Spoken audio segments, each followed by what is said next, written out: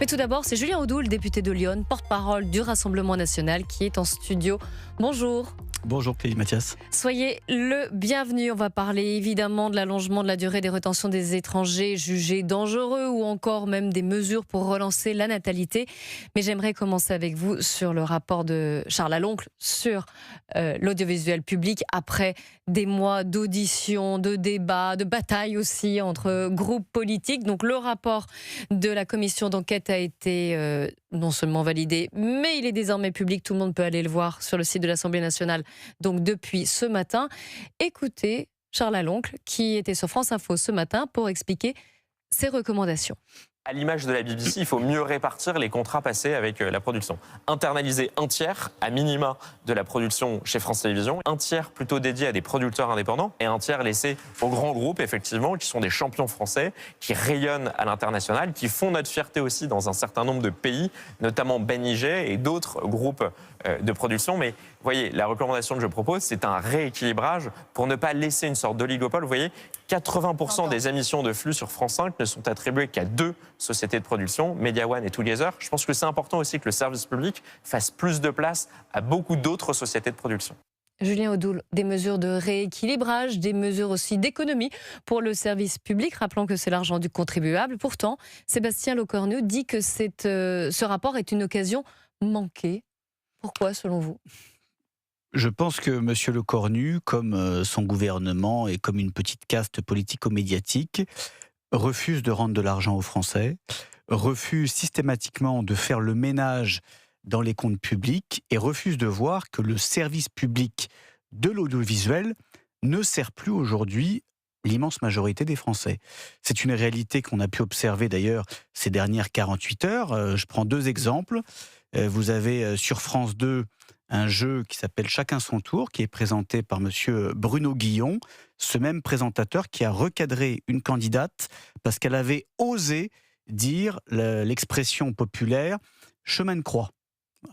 Vous avez un autre exemple hier, avec cette fameuse nuit des Molières, où on fait intervenir un pseudo-humoriste qui a eu des propos salafistes, qui a été suspendu un temps de France Télévisions, Merwan Benlazar, qui nous dit en direct, quand on lui tend une bouteille de vin, mon allégeance à la République a des limites. Voilà aujourd'hui ce que payent les Français. Et ils payent à raison de 4 milliards d'euros par an. Alors ce que propose le rapport de Charles Aloncle est bien légitime. Il propose une économie de 25%. Il propose des fusions.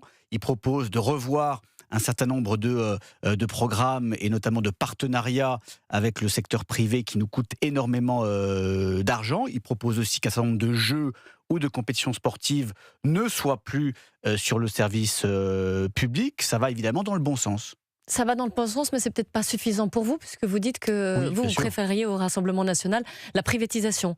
Ce qu'on propose, effectivement, c'est que les chaînes et radios du secteur public, une grande partie d'entre elles, pas toutes, soient privatisées.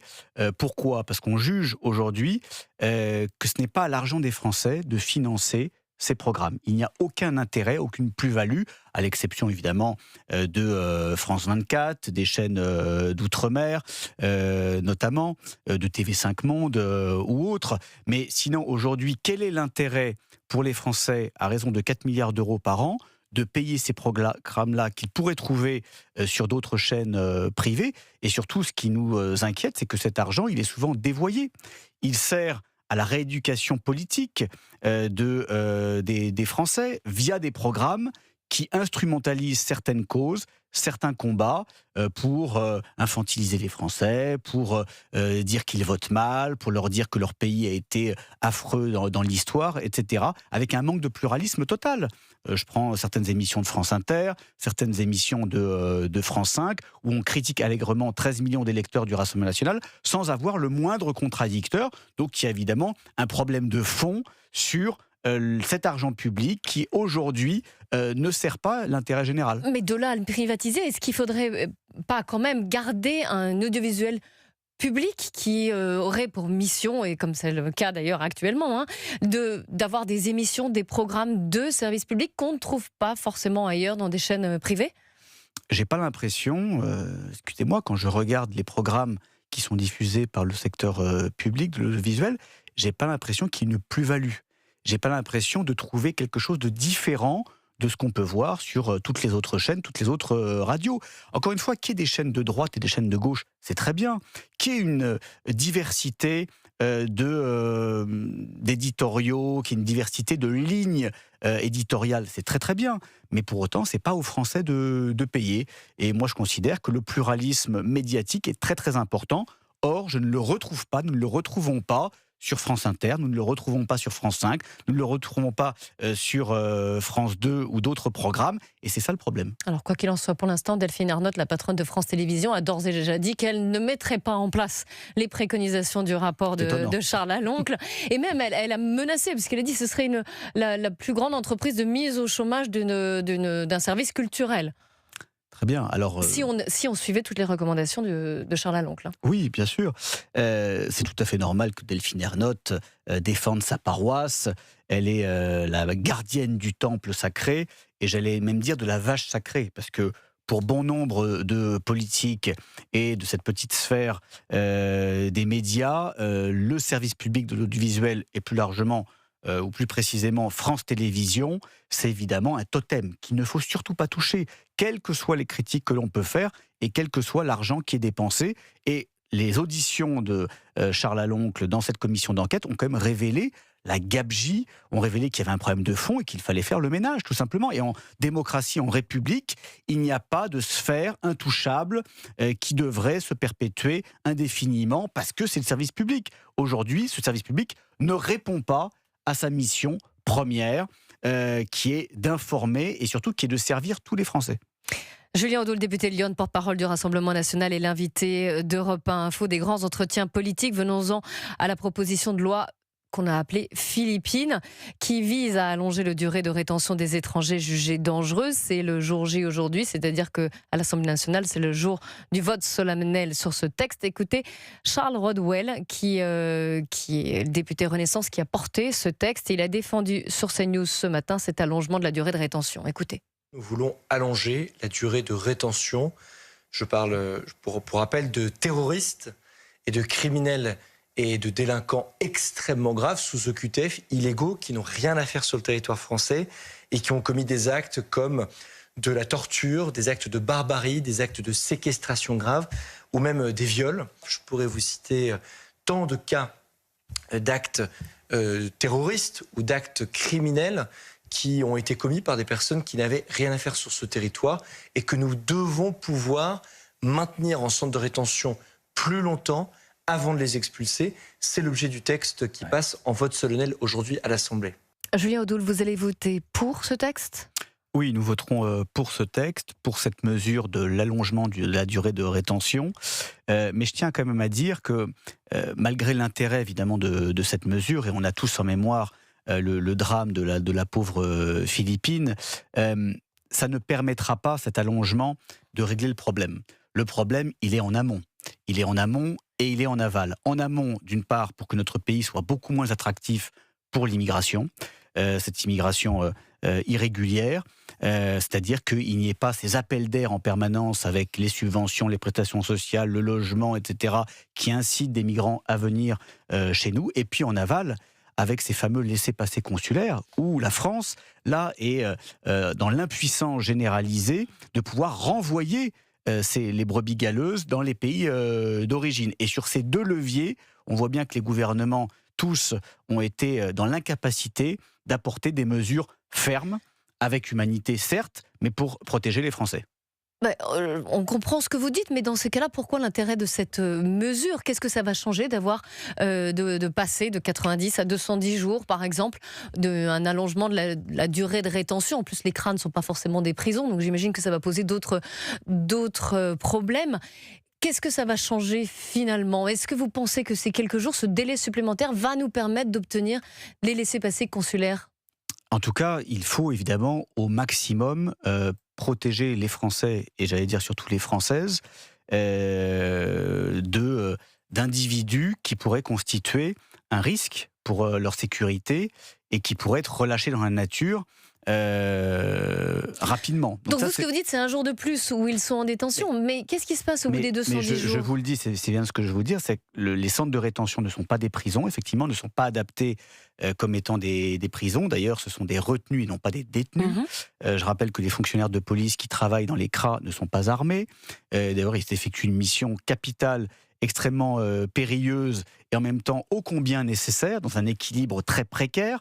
Mais la solution, je viens de vous le dire, c'est d'une part de tarir cette immigration anarchique en rendant notre pays non attractif pour les migrants, et surtout qu'il y ait des moyens de pression via les consulats pour que les pays d'origine puissent délivrer ces fameux laissez-passer consulaires et qu'on puisse renvoyer massivement. On a un taux de renvoi de QTF qui est de 7%, qui est quand même lamentable, et tout le gouvernement confondu. Donc il faut faire pression sur les pays... Comment par une batterie de mesures que nous avons présentées, que ce soit les visas, que ce soit l'aide publique au développement, on verse souvent beaucoup d'argent, des millions d'euros à ces pays, que ce soit les transferts de fonds. Il y a des moyens de pression qui ne sont jamais actionnés par ce gouvernement. On pense évidemment au gouvernement algérien. On va en parler certainement pour notre compatriote Christophe Glaise. Mais très clairement, à quand une réponse face aux provocations et face au refus de coopération du régime algérien? On va parler de ce que j'appelle les grands sujets dont on parle assez peu, la natalité. Vous le savez, il y a eu moins de naissances l'an dernier que de morts en France. Il y a une diminution du nombre de naissances de près de 25% en 15 ans, ou même un taux de fécondité au plus bas depuis 1917, ça interpelle forcément. Les conséquences sont nombreuses, le sujet est éminemment économique, politique aussi, mais il peine à s'imposer dans les débats, à un an pourtant de la campagne présidentielle. C'est ce qu'expliquait ce matin sur Europe 1 l'économiste Thibaut Prébet. Les partis de gauche parlent pas du tout du sujet, ça les intéresse assez peu, et certains médias de gauche d'ailleurs le voient pas tellement, ou pas sous un angle économique en tout cas. Vous avez une explication d'ailleurs pourquoi ça n'intéresse pas la gauche? Oui, parce qu'en fait déjà il y a une notion qui est sociétale, conservatrice et religieuse dans l'enfant. Alors que plus vous êtes à gauche, moins c'est des sujets qui sont pour vous des menaces, c'est le premier point. Puis le deuxième point, c'est que la baisse de la fécondité est quand même liée au progrès.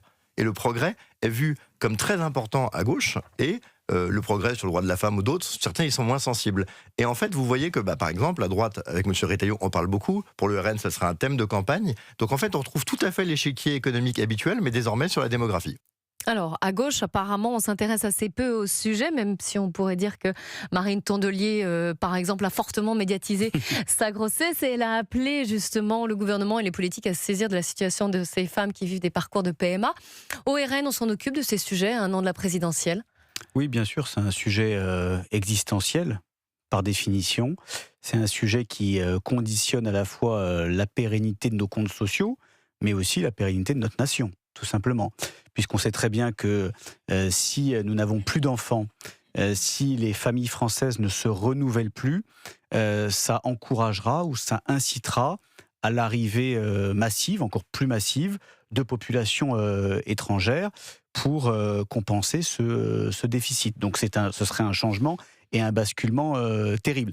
Ça s'explique évidemment. Alors il y a des raisons effectivement qui ont été un peu évoquées sur le progrès, sur le fait que les femmes travaillent beaucoup plus depuis 50 ans, etc. etc. Ça s'explique et ça se comprend. Pour autant, il y a des raisons aussi purement françaises. C'est-à-dire que le désir d'enfant, il est toujours haut. Sauf qu'à un moment donné, les familles françaises voient que les difficultés sociales et économiques, les bâtons qu'on leur met dans les roues, l'environnement tout simplement qu'on offre à leurs futurs enfants est tellement délétère que ces familles renoncent, soit notamment au premier enfant ou au deuxième enfant. Et nous, on propose des mesures de bon sens, notamment une pleine part de fiscalité à partir du deuxième enfant. C'est une mesure incitative qui évidemment n'est pas la seule. Oui, parce qu'un chèque n'a pas fait ne crée pas un désir d'enfant non plus, un crédit d'impôt non plus. Bien évidemment, mais les Français, compte tenu de la situation qui les frappe, compte tenu de l'augmentation des prix qui est assez terrifiante, de l'appauvrissement généralisé, pense à ces choses-là. Et effectivement, maintenant, quand on a peur que son enfant vive moins bien que soi, alors que nous-mêmes, on a le constat, et en tout cas, on observe qu'on vit moins bien que nos parents ou que quelquefois nos grands-parents, effectivement, ça crée des freins pour constituer une famille, ou en tout cas pour agrandir sa famille. Donc vous avez tout un tas de mesures. Vous avez évidemment le volet sécuritaire. On est un pays aujourd'hui quand vous avez des 120 attaques au couteau par jour, quand vous avez des faits divers monstrueux, des actes de barbarie de plus en plus banalisés, même au sein de l'école de la République, tout ça, ça fait réfléchir. Et par exemple, aider à concilier travail et enfants, est-ce que ça fait partie des mesures préconisées par le Rassemblement national pour relancer la Mais bien sûr, natalité, mais justement pour aider les femmes qui ont un emploi à faire garder leur enfant et dans de bonnes conditions aussi, ce qui veut dire par exemple peut-être de la formation ou des solutions de garde qui sont propres aux enfants. Il faudrait qu'on s'inspire de nos voisins étrangers. Alors on s'inspire beaucoup de l'Allemagne sur plein de sujets. Je pense que sur ce sujet-là, on pourrait s'inspirer de l'Allemagne. L'Allemagne a une longueur d'avance dans ce domaine-là. On peut aussi s'inspirer, je vais faire bondir tous les islamo-gauchistes, mais on peut s'inspirer d'Israël aussi, qui concilie à la fois natalité et progrès, qui concilie à la fois la vie de famille et le travail des femmes. Je pense qu'il faut aussi peut-être repenser à ce genre de choses, et surtout qu'on arrête de considérer la natalité comme un sujet tabou. Et effectivement, vous l'avez rappelé, pour la gauche, la natalité, c'est conservateur. La famille, c'est conservateur. Alors qu'il n'y a rien de plus moderne. Alors que c'est tout simplement la survie et la vitalité d'une nation que le renouvellement de ses enfants. Elle est un sujet beaucoup plus terre-à-terre. Cette fois, si je puis me permettre, le financement des campagnes. Il en est question, encore une fois, à un an de l'échéance. Jordan Bardella est revenu sur les difficultés financières du RN. Il était au micro de CNews et Europe 1 il y a quelques jours. Nous avons toujours, de toute manière, eu des difficultés.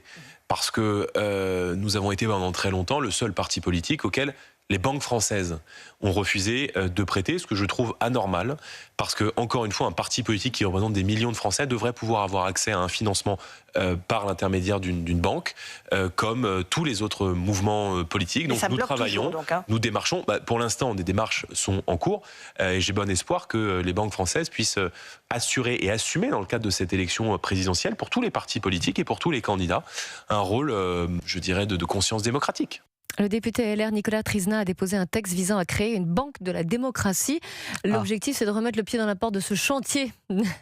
Jamais abouti, longtemps proposé, mais qui n'a jamais vu le jour. Vous y êtes favorable? Oui, c'est le serpent de mer. Ouais. C'était proposé par M. Macron et M. Bayrou en 2017. La fameuse banque de la démocratie qui aurait permis de mettre tous les candidats à égalité et de ne plus avoir cette disparité, effectivement, entre des candidats qui n'arrivent pas à obtenir un prêt auprès des banques et puis ceux qui n'ont aucune difficulté. Effectivement, il y a une anomalie démocratique.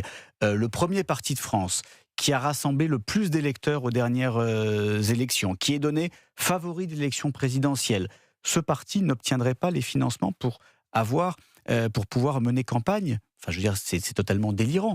Il y a un véritable problème de fond qui, malheureusement, n'a jamais été réglé depuis toutes ces années et qui crée aussi un climat de suspicion et qui nourrit le complotisme. Pourquoi ? Parce que vous êtes obligé d'aller contracter des prêts à l'étranger, par exemple ? Encore une fois, les prêts, rappelez-vous, on nous a beaucoup reproché par le passé d'avoir contracté un prêt auprès d'une banque tchéco-russe et puis d'une banque hongroise, etc. Mais parce que nous n'avions pas de banque française qui nous prêtait. À l'époque, s'il y avait cette banque de la démocratie, tous les candidats seraient sur le même pied d'égalité, pourraient faire campagne, pourraient obtenir les financements nécessaires. Et aujourd'hui, le fait que nous ayons des refus alors qu'il n'y a aucun risque pour les banques. Voilà, n'importe quel banquier sait, compte tenu des résultats que nous obtenons et des sondages, qu'il n'y a aucun risque à prêter au Rassemblement national. Autre proposition, Daniel Ball, qui est le président de la Fédération bancaire française, a suggéré une intervention de l'État pour faciliter l'accès auprès des candidats. Si ce texte, il y a peu de chances qu'il aboutisse pour 2027, la Banque de la démocratie, est-ce que cette intervention de l'État pour faciliter l'accès auprès, vous y êtes également favorable au RN, Julien Audoul ? L'intervention de l'État, c'était effectivement cette fameuse banque de la démocratie. Moi, ce qui me gêne un peu, alors évidemment, l'objectif, c'est que nous aurons évidemment les financements nécessaires pour faire campagne et que tous nos électeurs se rassurent. Nous serons bien présents sur la ligne de départ et nous pourrons faire campagne. Mais le fait que l'État, donc le président de la République actuel et sortant, en tout cas finissant, soit obligé d'intervenir pour permettre le financement de certains candidats, crée quand même un climat assez particulier, il faut bien le dire, alors que ça devrait être totalement simple. Voilà, et qu'aucun candidat sérieux, valable, qui représente des millions de Français, ne devrait être empêché parce qu'une banque refuse de prêter. Julien Audoux, je voudrais qu'on s'arrête un instant sur le cas de Christophe Glaise, journaliste français qui est condamné à 7 ans de prison et détenu en Algérie. Il renonce à son pourvoi en cassation. C'est sa famille qui l'a annoncé, ce qui ouvre la voie à une possible grâce du président algérien Tebboune. Vous y croyez? Vous l'espérez? Je l'espère pour lui, je l'espère pour notre compatriote, je l'espère pour sa famille, bien sûr.